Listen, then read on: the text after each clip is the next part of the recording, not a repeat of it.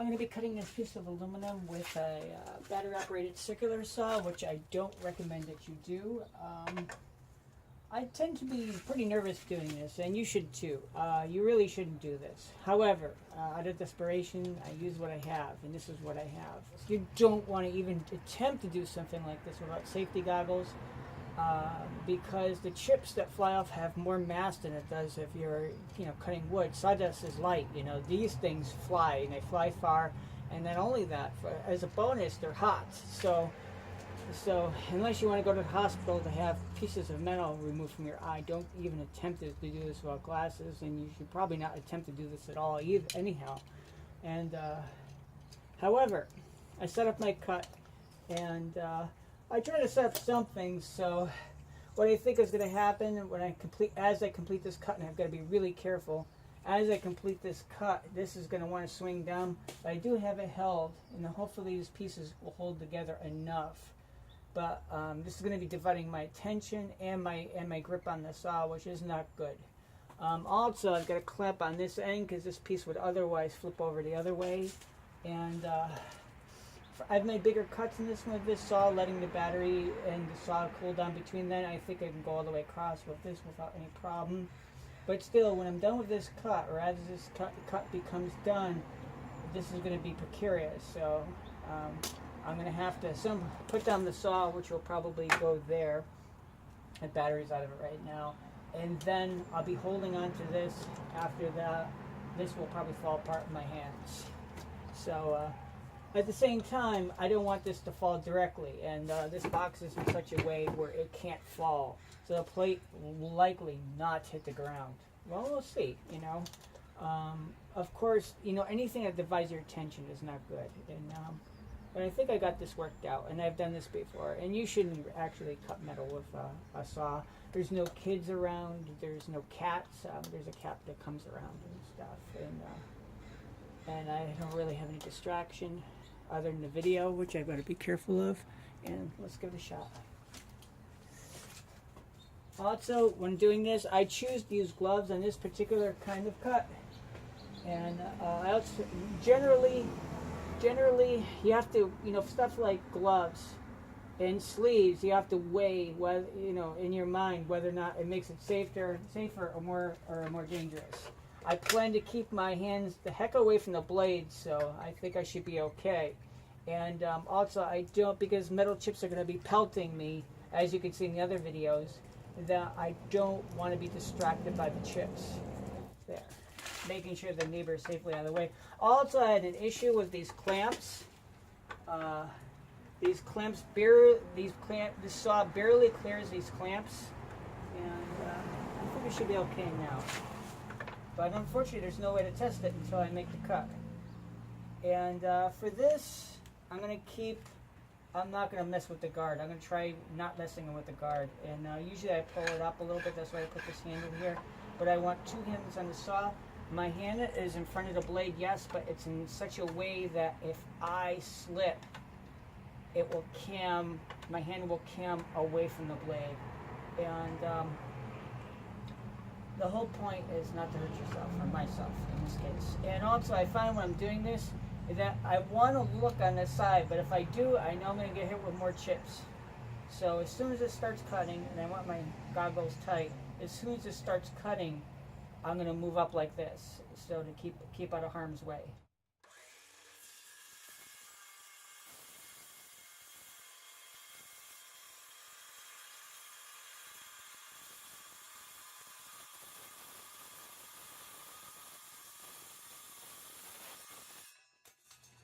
Well, it's somewhat non-linear, but it seems okay. What I did is I put two screws holding this onto the board, and I secured the board onto the sawhorses. This is actually hanging over the edge here, but I think it should be okay.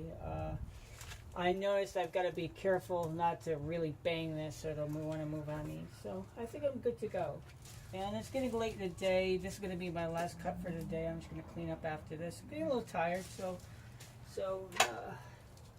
this will be it. I'm probably going to cut half on each battery, so the batteries don't get too warm. And I'm cutting on the other side of the, I'm actually cutting on the, across the part, and I haven't done that up until this point, so I'm going to be careful, make sure my glasses are covering my eyes really well. Make sure this cat over here, have to be careful of distractions like that cat over here. Probably need that. After the cat had passed, keeping my finger. And just taking a look, make sure the cut's right where I want it. And I used a caliper to with a depth setting to make sure this is pretty straight. So it can always be done later, but not so much again.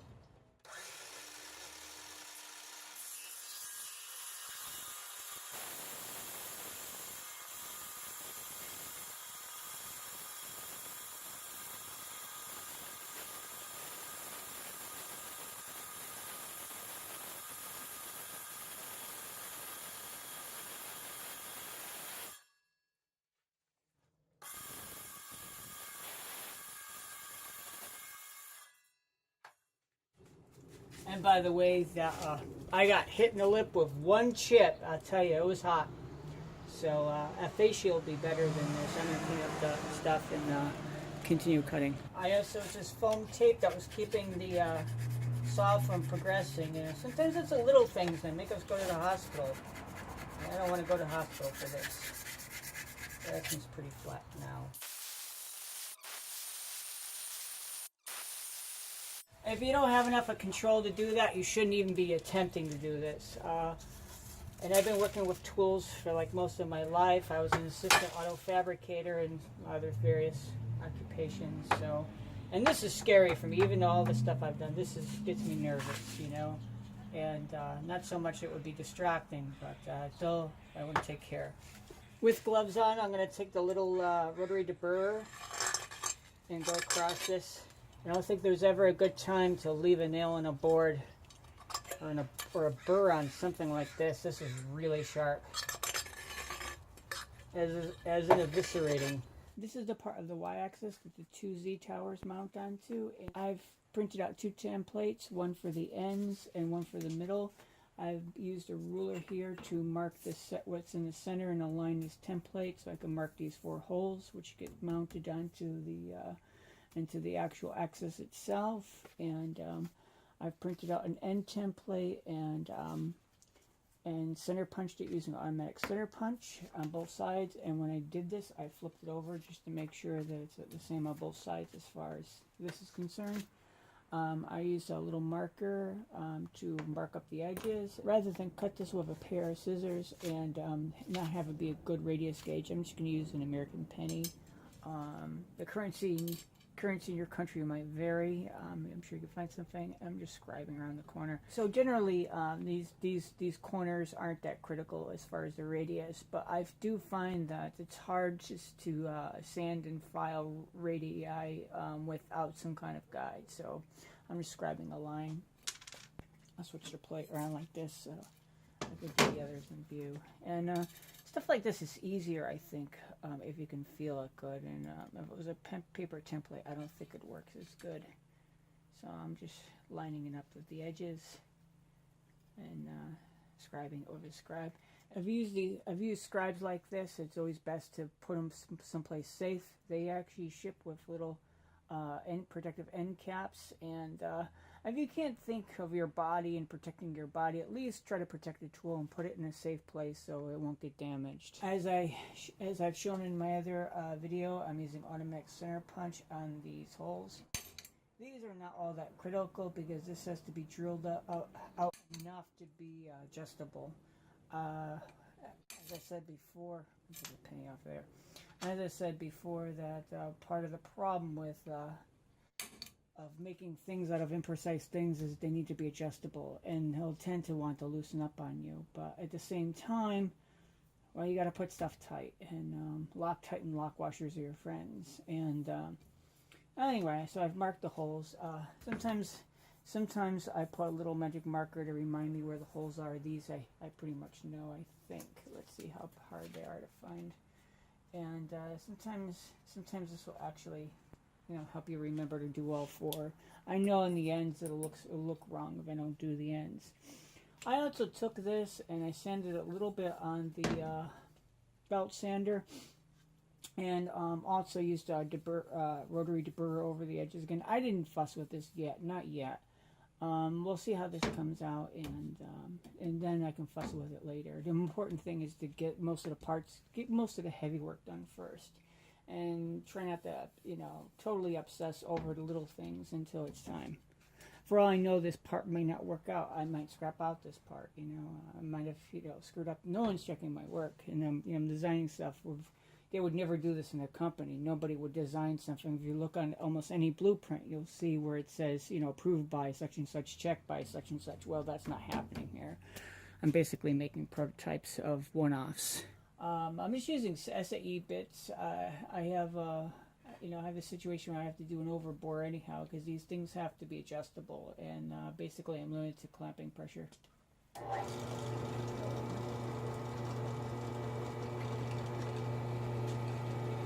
And I try to take the pressure off the drill bit at each step of the way.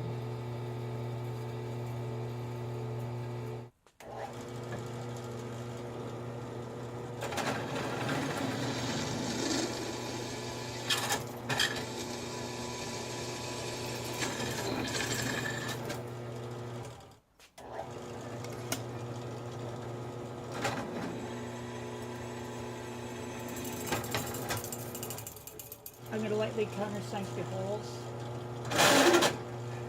Basically, you use a quick, steady pressure instead of a slow chattering one. So I'm setting the guard square with this little adjustment. You have to be careful with these guards because they can open up, and like this, you can see this flex. These can open up and let your fingers follow whatever part you're working on, especially if you're working on little screws like this. This can pry this with the belt. Maybe I can even get it to work. So this can actually, you can see the guard move, and it's not strong enough. These guards should be really bent. Should have two sides on it, and maybe overlapping or something. Anyway, the guard is in place. It's square. I checked I have enough of swing radius to do this. I'm just gonna sand to the little scribe line I have. It's pretty loud.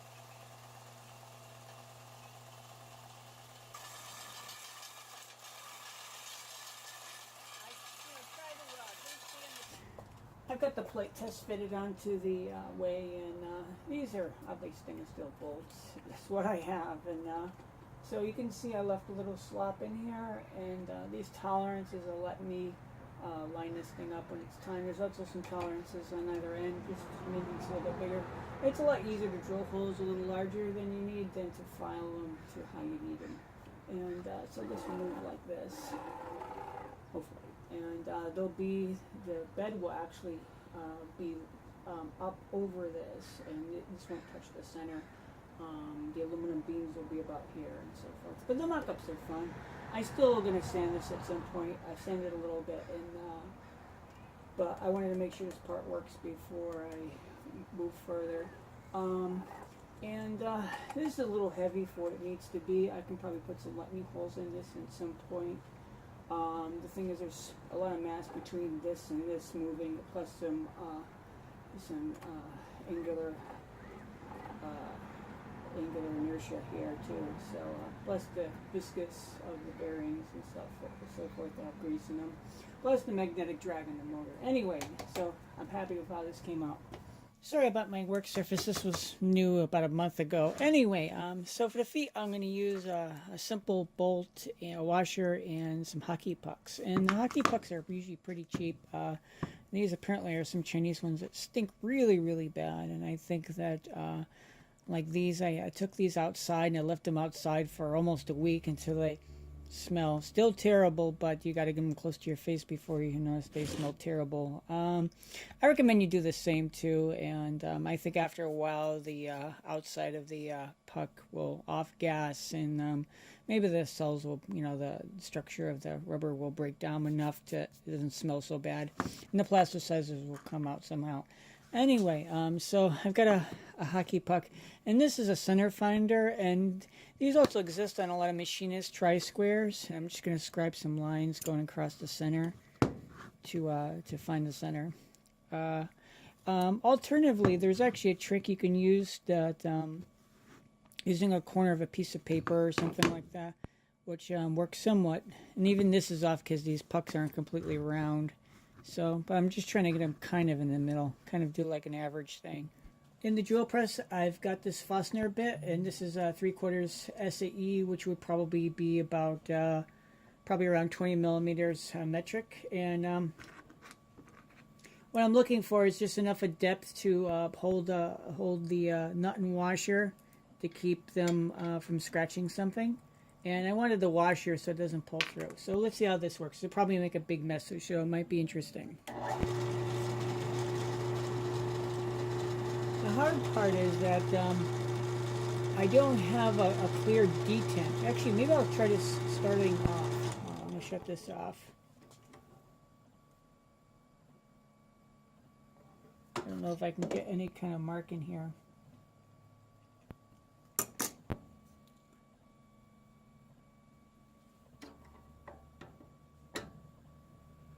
So I line this up, and I still want to start the drill press in the up position. I don't have this clamp, but I don't think it'll go that bad. I don't think so anyhow. No, that's not too bad. It's really physical. It stinks too. It's actually kind of fun. This stuff is pretty weird. Oh, it stinks so bad. So I'm kind of using a technique where I kind of lift the puck up and find the center detent, and then lower it the rest of the way down, then hold it firmly. The thing is, I don't want to start the drill with the touching the object, because that's bad luck. I use these a lot in machinery for vibration isolation. It's tough enough. It wears really good. I've got some on something outside that I've had, and they seem to last good. The Chinese ones don't smell so nice. Maybe the American or Canadian ones would be better. So I've got a little 1/4-20 bolt in here, and a little washer, and it's countersunk deep enough that I don't have to worry about it compressing and scratching something. And I printed out a little template, which I'm going to use in each corner. And because the pucks are, round, it doesn't matter which way this is as long as it's going towards the center. This moop tends to get all over the yard. Careful of it. It's easier to sweep it off of this than the ground too. This countersink will just barely fit in there, I think. Just a little bit. That's what a Q-tip looks like after you've been using it for oiling stuff. Anyway, I have the tap, and I'm just gonna. I tend not to back off until I'm sure it started good, and I give it a couple of turns, unless it stops, and then I'll back off. And so now I'm breaking the chips off. And what you're doing is, I think you're really just, besides breaking the chips off, is fitting them well into the flutes of the tap. And you always want to take it easy when you do this, and kind of listen. You don't want a really long bar unless it's a really big tap, because you want to be able to feel the tap bend just before it breaks. Like there was a rock guy on this old house a long time ago, and you just want to kind of feel for it and stuff. Sometimes you can't back off. So if you can't back off unless you reach the bottom of the hole, try going a little forward. You have to be careful when you're tapping by hand, because it's really easy to break a tap off. Because you can be off a little on the angle, or the tap could be bad too. Then the little foot just threads on, kind of like this.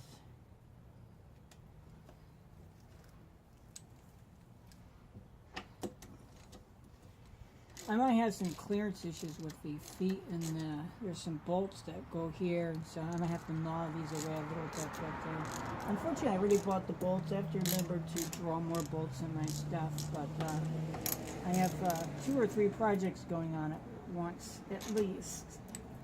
I don't have enough of taps to put them in a tap drawer, but I usually put them in a little plastic bag with the appropriate drill bit and mark the size and the size of the drill bit. I'm printing this base part here, and this takes, I think, like 9 or 12 hours for this thing to print. And you can see it actually has 4 walls on the outside for more of a hull strength. And for small parts, it doesn't really help that much. So I'm building another one of these, which looks like this when it's done. And it's got a vertical linear rail here. It's got a lead screw here, much like you probably have in your 3D printer if you have one. And the lead screw has a built-in motor, like some of them do. And because of economics and the chance that this might fail, I printed this out in 4 different pieces. Also, my printer will only hold about this much, so either I do it, and I had to figure out how many pieces should I do this in. And these are long prints. These things take, 9 or 12 hours for some of these parts. And printing them at pretty coarse. These are 0.35 layer height, and I'm using a 5mm nozzle on these. And they're some amongst the coarsest prints I've printed yet. And you could see it in some places, like if we look at this here, you can see this is ugly. By the way, this bottom part, so I remembered to put this little boss here for to mount a switch. However, which is just a block I inserted into it and radiused it in. However, you can see I forgot to make sure that it wasn't coming through the other side, so I've got to grind that out too. In order to make this these parts suitable for bonding, because PLA does not bond all that well.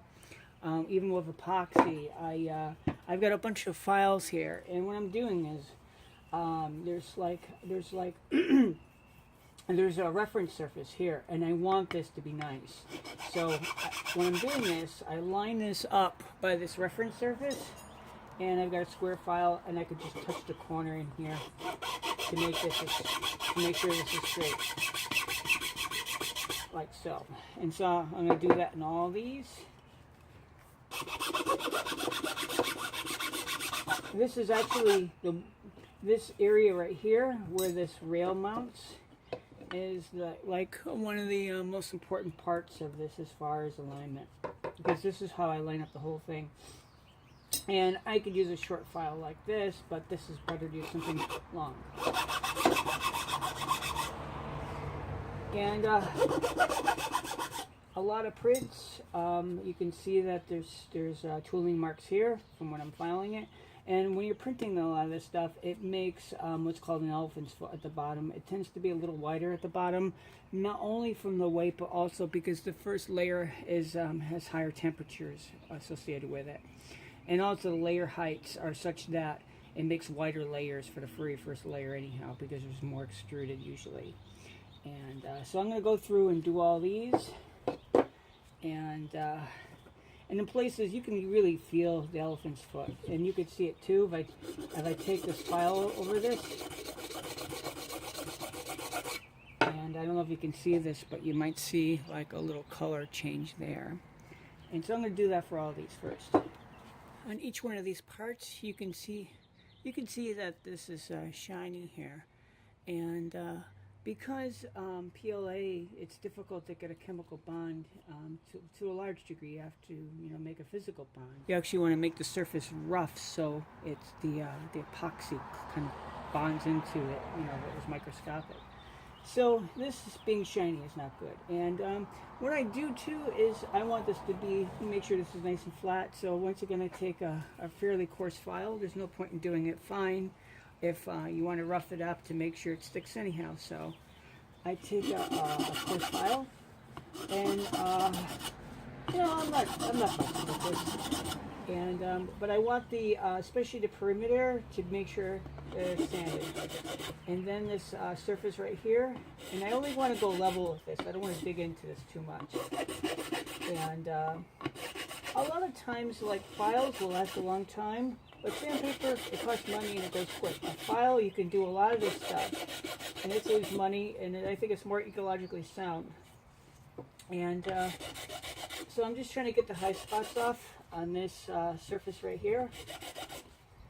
And while I'm at it, I'm going to turn it over and hit this edge right here. And for right now, I want this to go together easy. So where there's inconsistencies, yeah, like this. Oops, I didn't mean to wipe that out, but if there's things such as this that make it go together, more difficult, then I take the file and smooth them out like this. And then, if you see, it's still shiny, for the most part.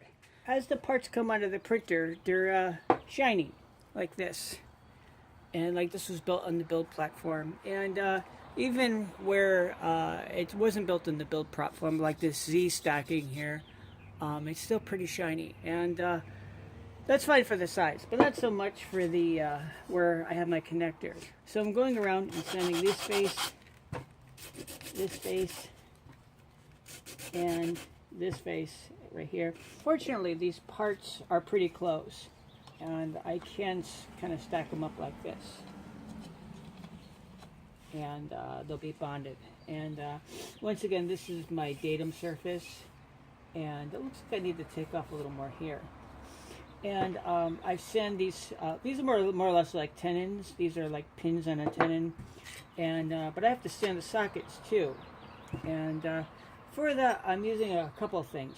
For fitting and stuff, I'm using a file, and I'm taking a file and I'm going around the inside. And this is just to remove the excess plastic. And also I went around this corner just a little bit on the inside so it goes together easy. As it comes out of the printer, there's support material still bonded to that, and that has to come out. And for right now, I'm using a knife just to break it out like that, and work on that a little more. And so it seems to go pretty well. I just keep trying to keep the knife away from myself, wherever possible, cutting away from you. And with tools, I think that, well, like when you're carving, for instance, you're always cutting towards yourself. I have a different way of looking at things. Instead of always cutting away from you, which in carving you never do. You're always like this when you're carving. And I have another way of looking at that. Just assume or try to anticipate what will happen if the tool slips. Like this, it's cutting harmlessly into here. So like in here, I probably want to cut away. But so try to path out, where your tool is going to go. So this has got to be fixed because there's going to be a motor here. So what I've got a Dremel tool with kind of a 1/8 inch, kind of like a little milling bit. And I'm just going to grind this out, or I'm going to give it a shot anyhow. I think this is kind of, otherwise I'd have to drill it or something, but we'll give this a shot. And fortunately, I still have enough of surface, or will have enough of surface in here for the motor to sit flat. So this, as long as I don't go through, it should be okay. This is not going to be easy to do this, so you can see it too. And unfortunately, this will melt the plastic as we're doing it. So only the slow speed will work good. You can see it's melting. And this is a rifler file, and this one's flat. Doing stuff like this.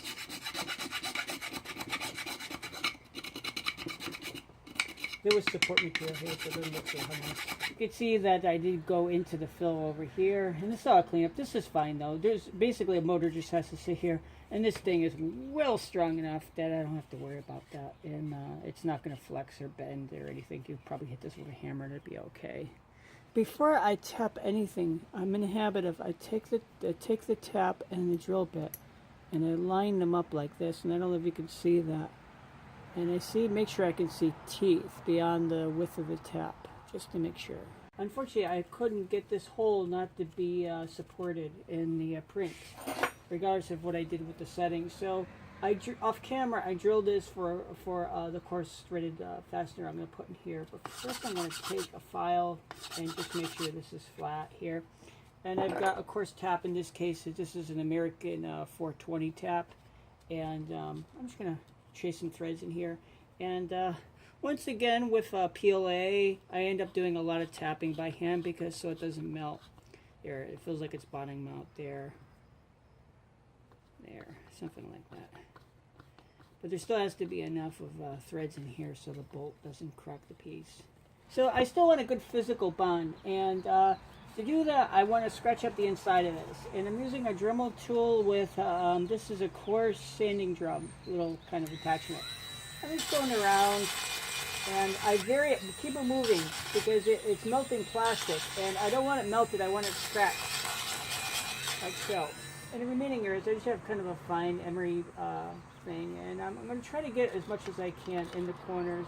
The more it gets down to the center, the less important it is, because it'll break from the edges first. So I've stacked this up just to make sure that everything fits nice. It's a little loose, and that's exactly what I want. I want to be able to adjust this, making sure that this rail is, lined up really nice. And I've even filed it a little extra just to make sure that this all lines up. I have some additional holes here and here, which are 4mm, and I've tapped these off camera. I think I'm ready to epoxy this up now. I've laid it down like this, and I put some oil on this rail to try to make sure it doesn't stick. Fortunately, this JB Weld, the original formula, takes a long time to set up, so I'm not so worried about that. And yes, it seems like it can go together. And I'm sighting down this edge here. I don't know if you can see that. So that seems good. I don't need these gloves. They're not going to help me right now, except for by getting ruined. I've got my clamps set up. I've got some rags. I have gloves. Try to use gloves when you use epoxy, because epoxy, well, JB Weld is basically epoxy with still filler in it. And so you want to minimize contact with your hand. Before it hardens up, you might be able to use distilled white vinegar to clean up, and maybe acetone too. But that seems to work fine as long as you use enough of it. And I've just got some rags and stuff, actually paper towels and stuff. The cool thing is I would have thrown out these already. I don't like using composites because they make a mess. Ecologically, they don't make much sense. But right now in this point in time, I have no other way to bond these together. You can use Gorilla Glue, but that has isocyanates in it, and as the people of Bhopal would probably tell you, isocyanates aren't your friends either. Anyway, I've got my epoxy or my adhesive, and this is two-part. In this instance, I'm using JB Weld because, not so much for the steel benefit, but because this particular formulation of epoxy seems to stick onto PLA fairly well. And I noticed that I didn't think Gorilla's epoxy stick very well on PLA. PLA is somewhat problematic, and when you bond PLA, you should make sure that you have a physical bond as well as a chemical bond. By looking how much I used last time, I can figure out how much I need this time, roughly. So last time I had problems really getting it mixed, so I'm going to do it the old-fashioned traditional way, like you would mix up Bondo. And I'm going to squeeze out the remainder of this tube onto a piece of scrap acrylic in this case. Certain kinds of plastics will not stick to this stuff. And actually I need quite a bit. I'm going to need this and probably a third additional. In this particular formulation of epoxy, it's about 1 to 1, so. And make sure you don't mix up the caps. And I've got a little mixing thing, almost like you would use for Bondo. But I found, last time I used a stirring stick in a cup, and I don't feel like it mixed as well. And because I still saw gray spots. And so I do it the old Bondo style, basically folding it together. When you get done, it should be all uniform gray. This actually smells a little bit like a tire. The air from a tire has kind of a rubbery smell to it. You can see I still had a white streak in here. And once again, just keep on kind of folding it. And I try to keep it in a pile. Although if you keep this in too much of a lump, then the mass will be high and it'll diminish your work time. But at the same time, the work time on this seems to be, you probably have over an hour. So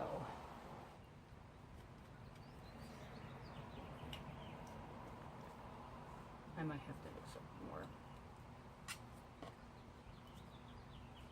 There, I got it everywhere now. So, seems like I have a seagull helping me somewhere.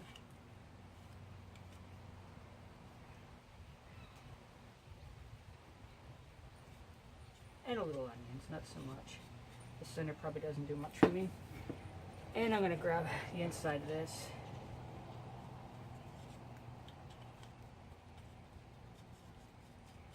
And once again, really try to wet the surfaces with it. You know, forcing it into all the little cracks, because that's what's going to hold all those scratches you made before.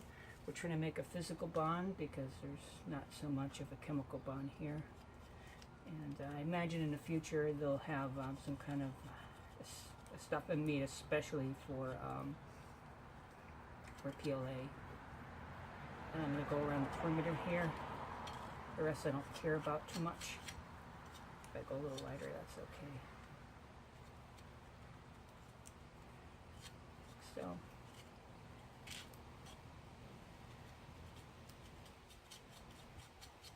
Like so. And the edge, once again, using a drag motion. I used to do this probably professionally, oddly enough. We had we called them glob sticks. And we would just go like this. And on a much larger scale. And I can probably use some of this on the inside on this edge here. But once again, I really want to work it into the scratches I made.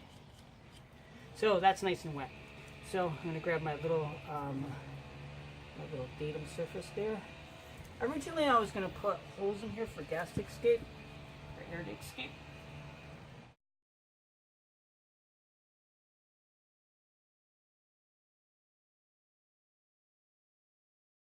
So, I think that my first order of business is to take this thing and lay it on here like this.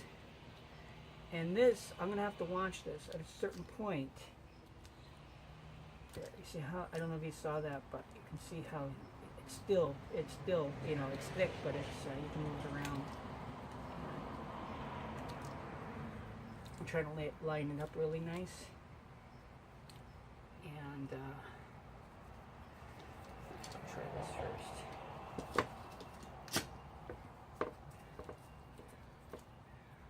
I'm going to put this little thing here. And I really want these in a nice place here.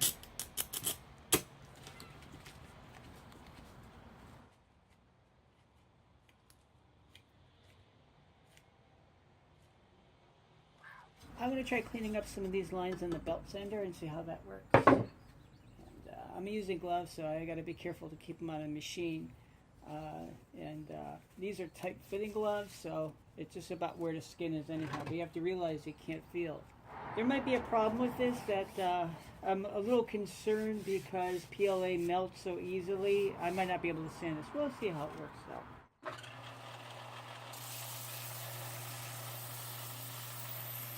Oddly enough, the PLA seems to have cleaned this belt pretty good, which is really strange. You know, I use this belt for a combination of things, but it seems cleaner now than when I started.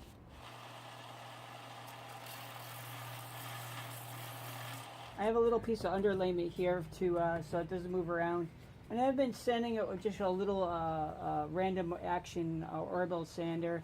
And actually I found that on the side of the road too, and it seems pretty good. I have to take care not to touch this area right here because that's where the linear rail will be. But everything else I could sand. The belt sander actually heated this up a little bit in the corners and pushed a little you know, plastic around. That's the hard thing about PLAs. It has a very low melting point, so you know, you can only do what you can do, but it looks pretty good. I'm pretty happy with that. And I might do it with just a little light sandpaper just so it doesn't soak up everything. Even though this is still only PLA, I'm wearing obviously gloves, hearing protection, and dust mask. Might as well keep it out of my lungs.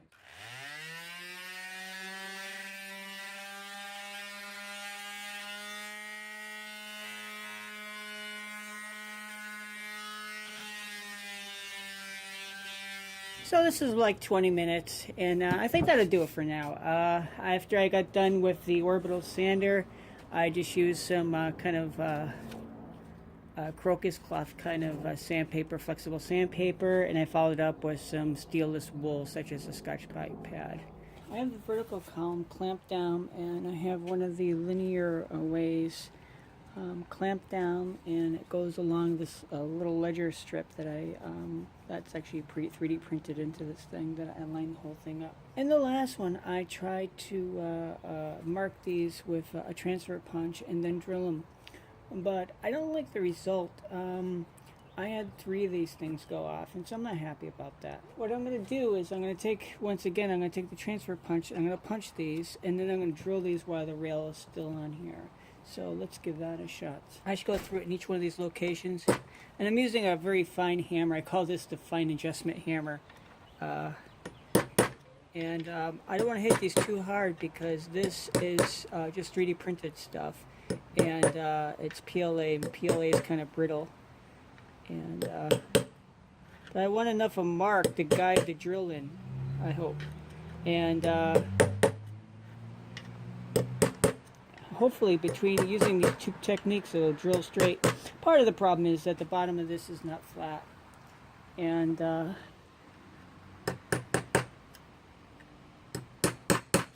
I don't want to have screws go off like that. I'm using a 3mm tap, and I have the appropriate drill bit. I'm going to go through, and hopefully that when I start drilling it'll actually go into the center punched mark, if I can find it. And I suspect my drill bit's actually bent too. For these holes, I'm going to use a 3mm tap, and in this instance, I'm just going to put it inside of a cordless drill and do it like that. I found that in PLA, I had a difficult time getting the tap started, even with the appropriate size drill. When I do this, I tend to lower the speed of the drill, like put it on 1, because if the PLA heats up, it'll just melt, and you will end up with a clean tap hole. So I just go easy. I have all day to do this, and I don't want to snap any taps off. This is a 3mm tap. This would snap off very easily.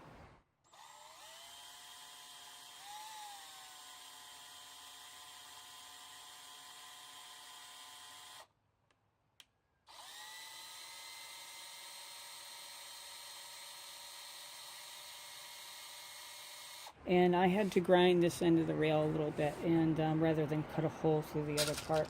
And I've got some 3mm screws. And let's see if this worked a little bit better than last time. So there's 1 in. 2. I mean, I could certainly live with one strip screw over the course of this.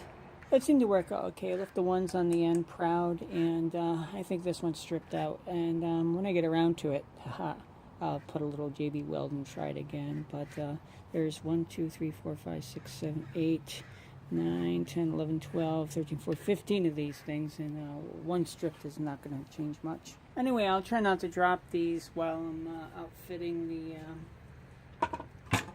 the uprights with hardware. And some little washers.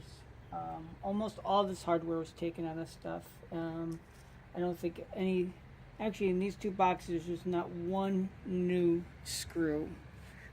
All this is all reclaimed stuff. I'm sorry about the crappy lighting and the framing and the titles and the promotion especially, and also I apologize about YouTube in general.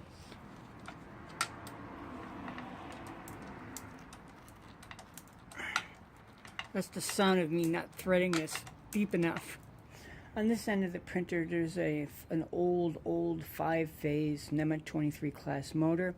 Oddly enough, this motor has a vibration dampener on it. So you've got a little brass thing here, a little brass thing here, and this acts as a suspended mass. And as the motor is turning, it could not only do this, but it could wind up a little bit, fighting the torsion of the motor, and dampen that way.